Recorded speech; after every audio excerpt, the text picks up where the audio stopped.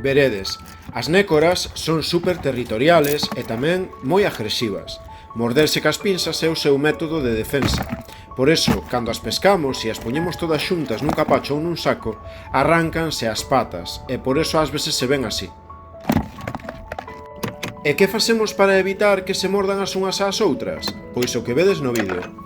Cunha cousa dura como o canto dun cuchillo e contra a beira da lancha, rompémoslle a puntiña da parte de arriba das pinzas. Desta maneira, dóelles e non teñen o mismo tento á hora de morderse as unhas ás outras e non se despatan. Porque a quen lle gusta que lle poña unha nécora sin patas para comer?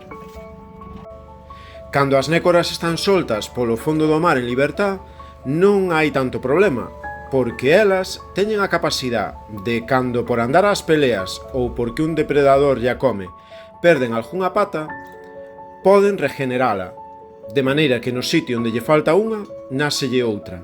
Por eso nesta que vos enseño, se ve aí xa como lle está asomando a formiña do que chegará a ser unha pata nova, que empeza pois como unha cousiña pequena e tierna que vai medrando pouco a pouco hasta que se fai a pata grande enteira de novo, ou ás veces unha patiña completamente formada pero un pouco máis pequena que as outras.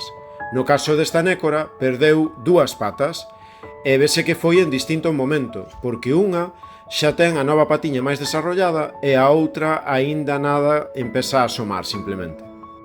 Ao millor algúns de vós diredes: Rogelio, pero que sádicos sodes mutilar así ás pobres nécoras. Bueno, nós polo menos facémolo para que non se peleen e para que aos platos da xente chegue o marisco nas millores condicións posibles. Pero se temos que falar de alguén experto en mutilacións no mar, ese é o congrio. Fijadevos, por exemplo, como deixou a este pobre sarjo, ao que lle arrancou un pedazo, estando aínda vivo, e así nos ven a bordo aínda. Sabemos que foi un congrio porque ese corte de forma triangular delata a boca do congrio, a marca que deixan cando o congrio é pequeno e morde a un peixe algo grandeiro, como era este sarjo, e que nós aproveitaremos para comer. Como vedes, a este outro mordeulle o rabo, pero non conseguiu arrancalo do aparello. Pero non vos preocupedes, porque no mar nada se desaproveita. Pero non vos preocupedes, porque hasta nin os propios congrios se libran ás veces de contratempos, como lle pasou a este, que quedou sin unha orella, ou bueno, millor dito, sin unha das dúas aletas. Non sei se sería peleándose con outro congrio ou con outro animal, ou se sería o quedar enganchado nas redes de algún mariñeiro, intentando levarlle algún peixe ou comer algún peixe como vistedes antes. O caso é que lle curou, e como pasa moitas veces na vida, que os seres vivos pois ás veces podémonos zafar sin unha parte do noso corpo. E ás veces hasta nos defendemos millor que quen as ten todas.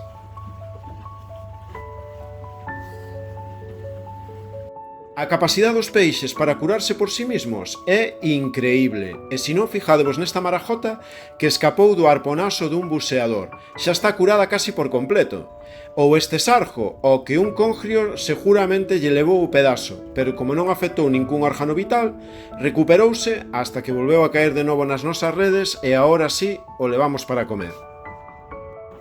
Isto de cortarlle a puntiña das pinzas ás nécoras chámase capalas. E a verdade é que o outro día pasounos algo ben curioso. E é que ven nas nosas redes unha nécora grande, cheísima, que xa viña capada.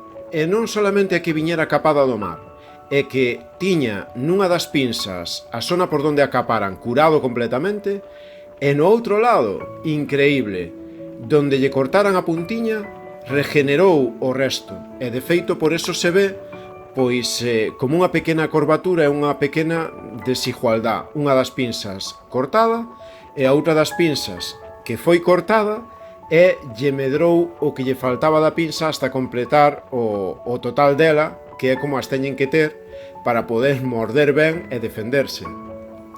Penso que isto pasou ou ben porque nun primeiro momento alguén que as pescou se dou despois de capalas de conta de que aquela nécora naquel momento non estaba ben chea e a devolveu ao mar, ou ben porque as tiñan nun saco jardadas e fondeadas e ese sarco rompeu e a Nécora escapou, ou ben porque andando con ela lle caeu ao mar unha vez escapada, ou vaite ti a saber, ao millor estaba a Nécora en veda e ven por aí a lancha da Xunta ou da Guardia Civil e a persona que as tiña a bordo asustouse que o foran a pillar e meterlle unha multa e tirou con todo ao mar. E iso foi o que fixo posible, algunha desas cousas, que a Nécora se recuperara e nunha das pinzas lle curara o corte de capala e no outro lado reconstruíra o que lle faltaba de pinza hasta completala. Tanto debaixo da agua como en riba dela, a xente pelease por toda serie de motivos, desde polo territorio, por temas de faldas e pantalóns, peleanse cando se está en época de selo ou de apareamento, peleanse ás veces hasta polas cousas máis parvas, pero polo que máis se pelean sin duda alguna é pola comida. Ojalá que sempre teñamos moita abundancia de todo e que nunca nos teñamos que pelear por eso, porque eso sí que é triste. A fame é negra e se non preguntadello a eses que van a ese programa tan conocido da televisión de supervivientes. Veña, un saludo a todos.